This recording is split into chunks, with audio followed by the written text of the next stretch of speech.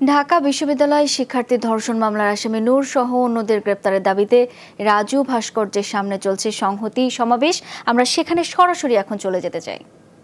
ছোট ছিলাম, বুঝতে পারি না, তবে এখন বলতে চাই, আপনারা শুধু আমার পাশে না, ফাতেমার পাশে থাকুন, থাকুন, থাকুন, প্লিজ থাকুন।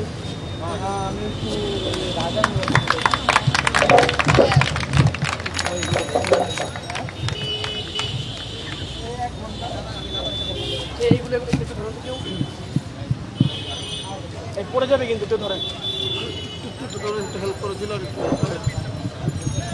ধন্যবাদ পূর্ণিমা রানী সিংকে আজকের আমাদের এই সংহতি সমাবেশের সাথে একত্রতা ঘোষণা করার জন্য। বিভিন্ন সামাজিক সংগঠনের নেতাকর্মীরা আমাদের সাথে যুক্ত আছেন। এখন আমাদের সামনে কথা বলবেন অপরাজেয় বাংলার সদস্য সচিব, আপনারা সকলেই জানেন আমাদের প্রিয় মিলু ভাই আমাদের সাথে যুক্ত হয়েছেন। মিলু ভাই এখন তার মূল্যবান বক্তব্য রাখবেন।